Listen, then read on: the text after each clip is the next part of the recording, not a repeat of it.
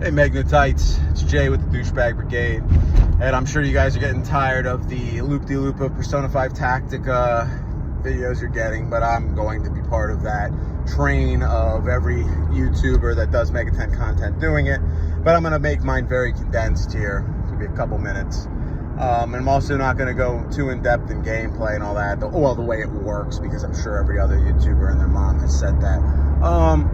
Just to give you an idea here of more of the surprise that I've had. So I had Persona burnout before Persona 5 even came out. I'm more of a, if you've been watching for a while, an SMT guy, and I like some of the other spin-offs more. I was actually I liked Soul Hackers 2 a lot. I'm a big fan of Devil's Survivor, even Majin Tensei. So strategy RPGs are definitely in my wheelhouse of interest. But that being said, this game was one that most people kind of shrugged and really put a lot of attention towards, with Refantasio coming out and, well, Refantasy coming out, and Persona 3 Reload.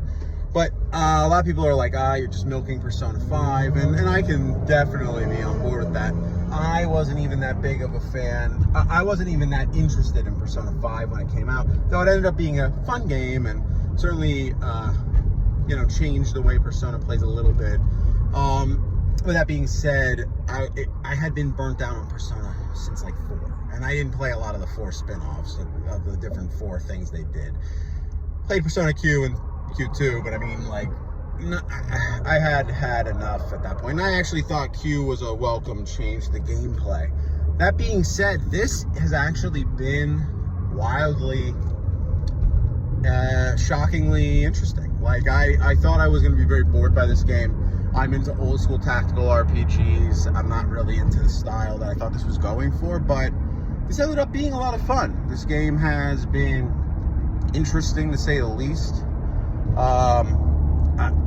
So far, I put merciless difficulty, thinking it would be a Persona walk in the park, and actually it's had its fair share of difficulty. Like, I've already died. I already lost both missions the first times I've played them, the first 2 missions. The first 3. Well, either way, I've died twice already. More times than I've died in Persona 5. First time around. And I'm enjoying it. I'm enjoying the difficulty. I'm enjoying everything this game has to offer. And, would I recommend this if you're not somewhat of a tactics fan? Hard to say. Very different than a typical tactical RPG.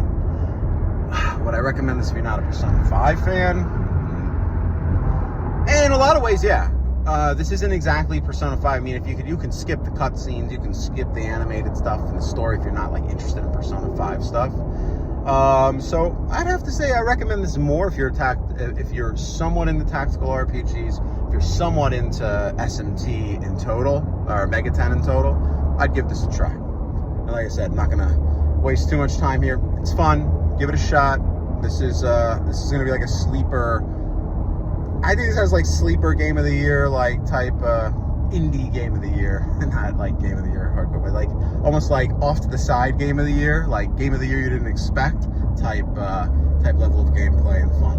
So anyway, this is Jay, and I'm out.